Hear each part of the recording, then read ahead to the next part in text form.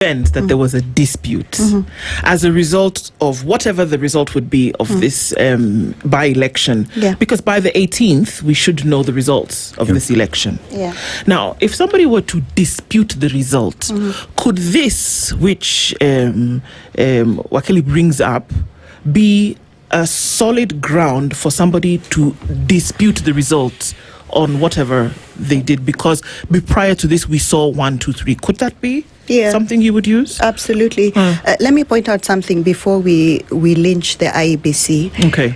I think we give the IEBC a very difficult task. Okay. For two reasons. One, as a people, we have created a system that demands bribes as part of the campaign process. It's sort of a pressure from the bottom approach where if you don't bring us money, we're not listening to what you're saying. So let's speak about Olkalau for a moment. Okay. Supposedly, and these are figures that are self-reported, on average, the average voter in Olkalau has abandoned their regular activities to go and receive 2,500 shillings a day from the campaign in this thing, right? Supposedly, on average, every candidate is spending about 1.2 million shillings, right? Per day. These are self-reported figures. They are not ours. It's what people on the ground have told us. Okay. So there is a system that is self-perpetuating where if the voter does not get Yamacho or whatever it is they call it, we are not coming to listen to you. So it creates an incentive on the part of those who are campaigning to pour money into that system. Now, if you create such a system, what can the IEBC do? Because you see, the IEBC is supposed to regulate those who are campaigning. But if the entire ecosystem creates a demand and supply situation, are you going to prosecute the entire constituency? Well, that's like saying if everybody broke out of a prison and started shooting up the neighborhood, that because of the fact that we know we're supposed to instill law and order, that because the guns outweigh the non-guns, then we can't do anything about it. I'm not saying we can't do anything about it. What I'm saying is what we have is not a legal problem, it's a culture problem. Okay. But we are requiring the IEBC to apply a legal solution to a culture problem, right?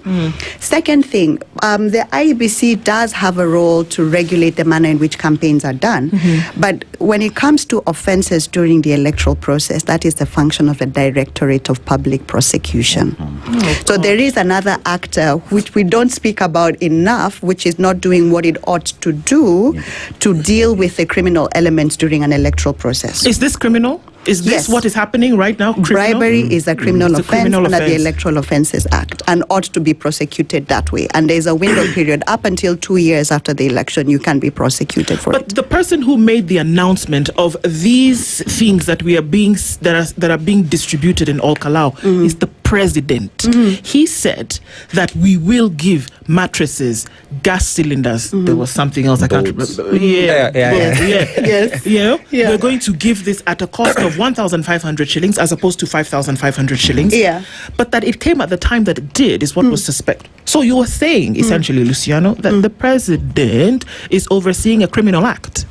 It is. Yes. It is a criminal act. Now, this is the problem that we have also with our legal system. Okay. We have a law which was passed last year, which is the Conflict of Interest Act. Yes. The Conflict of Interest Act was meant to reduce conflict of interest where public officials, elected officials, don't take part in any activities which create an impression that they are not true to their functions, right?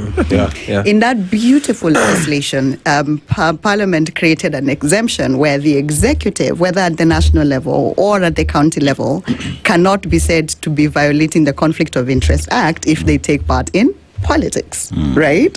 So what essentially should have created a way of creating accountability for the executive, Parliament legislated out of. And the Law Society went to court to challenge that law. So back to the point I made. We ideally should have a system that treats everybody fairly, where everyone is accountable to the same set of laws. But we have a system where we have a culture that demands that we don't do the right thing, and then we exempt the very people who should be accountable from accountability. So, and maybe just to add to what my colleague has been saying, you see, in the whole electoral process, we have what we call pre-election offences election offenses and post-election offenses. So you see, like, before now, these elections are held, we've had all these issues that have happened. Those are pre-election offenses, whereby now someone is supposed to collect enough evidence, have it, take to the IEBC. IEBC looks at it and then makes a recommendation for the Office of the Director of Public Prosecution to take action. But you know what? As my colleague has said, we as Kenyans, we have bad manners. Because people will say, bring us that money. It is our money from the taxpayers' kitty. We want to eat that money. Forgetting that, we are the people who are now supposed to shape the future of our country by ensuring that we actually put in place, because the laws are there. We cannot say that we want now to make other laws. These are pre-election offenses. You have evidence. So why can't you present this evidence to IEBC? IEBC reviews. If it finds it's watertight, recommends to the ODPP. The ODPP now charges those people, and they are used as an example. So that we stop blaming IEBC.